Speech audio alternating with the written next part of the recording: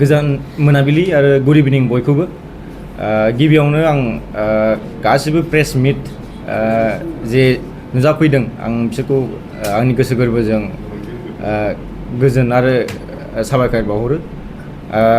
दिनैनि बे प्रेस मिट खालामनाय जानाया जाहैबाय जोंनि बेयाव थांनाय बोसोराव जेरै 132 डुरेन्ट काप जालांदों बेबायदिनो बे बारावबो 133 डुरेन्ट काप क'क्राझाराव जाबावगोन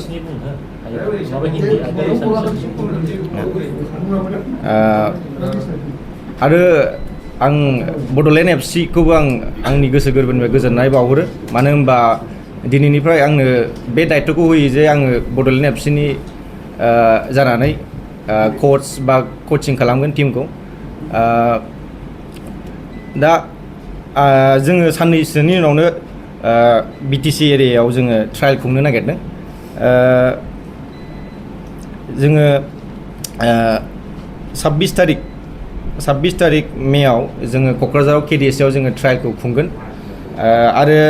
28 तारिख मेआव जों चिराङाव खुंगोन 30 तारिख मेआव जों बाक्सायाव खुंगोन आरो 1 तारिख जुनाव जों तामुलपुराव खुंगोन आरो 3 तारिख जुनाव जोङो उदालगुरियाव खुंगोन आङो बेखौनो खावलायनो नागिरो जे जोंनि गेलेगिरिफोरखौ जाहाथे बयबो लोब लोब फैनानै बे ट्रायलाव पार्टिसिपेट खालामो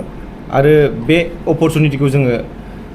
नोंसोरनो होनो हायो बा नोंसिनि सेस्टाजों जाहाथे बे चान्सखौ लायो मानो होनबा बे खेलाया इन्डियानि अल्डेस्ट टुर्नामेन्ट आरो बेजोंनो नोंसिनि रोंगौथिखौ नोंसोर देखायनो हागोन आरो बे प्लेटफर्मजोंनो नोंसोर बे क्लाबनिफ्राय गुबुन साबसिन क्लाबाव जाहाथे थांनो हायो डुरेन्ट कापआ 26 जुलाइनिफ्राय 31 आगष्टसिम जागोन 2024 नि आरो बिनि भेन्युआ दासिमबो प्रबेबल कनफार्म जायाखै खिन्थु प्रबेबल जानानै दङ कलकाता इम्फाल जामशेदपुर क'क्राझारा दा सियर जानानै दङ आरो शिलं दा बे मोनबा भेन्युआ दा प्रबेबल जानानै दङ आरोखि दाबो सियर जाथ'वाखै बबेयाव कनफार्म जागोन खिन्थु क'क्राझारा दा कनफार्म जानानै दं आरो जाय गथ'फ्रा बे ट्रायलाव फैगोन बियो 18 एबभ जानांगोन 18 बिल'आ जानाय नङा 18 एबभ जानांगोन आरो बेजों लोगोसे बियो आधार कार्ड आरो डेट अफ बार्थ बा पासपर्ट बे भेलिड जानांगोन आरोखि पासपर्टआ एथ'बां मेन्डेटरि नङा खिन्थु आधार कार्ड बा डेट अफ बार्थ बेयो थानांगोन आरो जुदि CRS दंखायोबा मोजांबाव CRS जुदि आइडि दंखायोबा प्लेयारनाव आरो जों जे थारिखआव जे डिस्ट्रिक्टआव लादों जों खालि बे डिस्ट्रिक्टनि प्लेयारखौल' लानाय जागोन जुदि क'क्राझाराव जादोंबा जों क'क्राझार डिस्ट्रिक्टनि प्लेयारखौ जों सेलेक्ट खालामनाय जागोन आरो चिरां बाक्सा तामुलपुर उदालगुरियाव जुदि जादोंबा बे डिस्ट्रिक्टनिखौल' जों लानाय जागोन आरो आंनिफ्राय मोनसे रिकुवेस्टबाव गासिबो स्पर्ट्स एस'सिएसन बा स्पर्ट्स लाभार बा जिकुनु दङ दा स्पर्ट्सखौ मोजां मोनग्राया बिसोर मोजां प्लेयार बा साबसिन प्लेयार बहायबा दङब्ला ट्रायलाव थिनहरनो थाखाय मानो होनबा बे ट्रायलाव ट्रायल होनानै माखासे प्लेयारा फैनो नागिरा ट्रायलाव जों मानो थांबावनो होननानै जों दा देरखाबाय जों मानो ट्रायलाव थांबावनो जोंखौ दा लेंहरनांगौसो होननानै खिन्थु जों एखमबा समाव जों माखासे प्लेयारखौ जों नुवा मोनथिया जों खना खना जायगायाव थांजोबनो हाया बेखायनो जाहाथे नोंसोरबो नोंसिनि इनिसियेटिभजों बा नोंसोरनि बुंनायजों जाहाथे बे मोजां प्लेयाराबो फैयो बा साबसिन प्लेयारा फैयो जों बे जाहाथे बे खेलायाव जों मोजांनिफ्राय मोजां जोंनि एरियानिफ्रायनो जों लानो हायो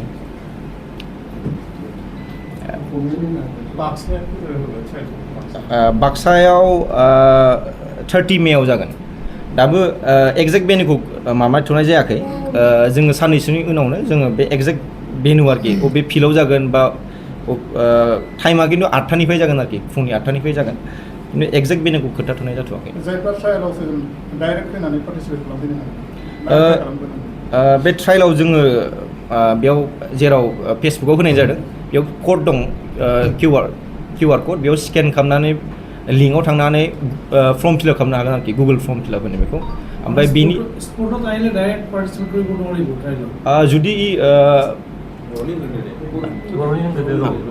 जुदि बियो